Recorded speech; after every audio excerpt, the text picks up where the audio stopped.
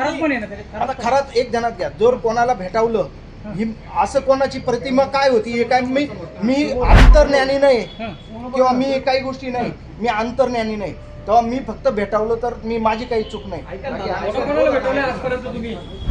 माजी मंत्री दीपक केसरकर यांचे निकटवर्तीय मानले जाणारे सिन्नरचे दीपक लोंढे यांची वासनान ज्योतिषी अशोक खरात प्रकरणात चौकशी झाल्यानं खळबळ उडाली आहे।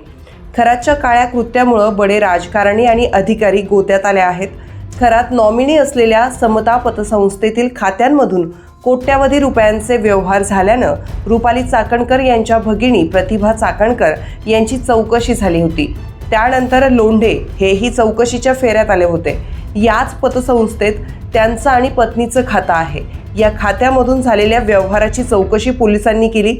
आपल्या या खात्याशी काही संबंध नसल्याचं लोंढे यांनी म्हटलंय।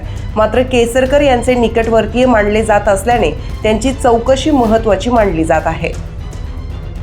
जे काही गोष्टी आहेत ज्या माझ्याबद्दल, माझ्या आणि माझ्या मिसेसबद्दल जे काही अकाउंट खोलले आहे हे काय माझे नाही, हे मी साहेबांना बी सांगितलं। अजून माझी काही चौकशी आहे, मी उद्या परत येऊन करणार आहे। आणि मी माझे फक्त मोठ्या लोकांसंग फोटो आहे म्हणून मला टार्गेट बनवले जातं आहे। याच्यात मी विनंती करतो का मला टार्गेट बनवू नका। मी छोटा माणूस आहे, मी एक शेतकरी माणूस आहे।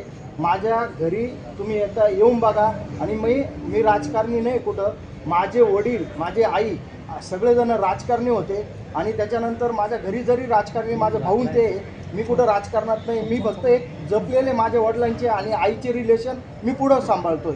आणि माझे जो हा कोणी आरोपी आहे त्याच्याशी माझे कुठलेच व्यवहार नाही। यांनी हे जे खाते खोलले समतामध्ये हे सगळे चुकीचे खाते खोललेले आणि याच्यावर माझी सही नाही, माझ्या मिसेसची सही नाही।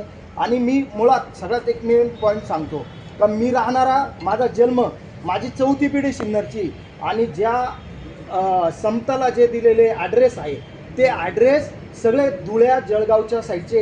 हे एकदा चौकशी करा, ही निपापची चौकशी करा, फक्त आम्हाला मदत करा एवढंच। सर एक मिनिट ऐका ना, माझं आहे ना अजून काही आहे तर मी परत येणार आहे।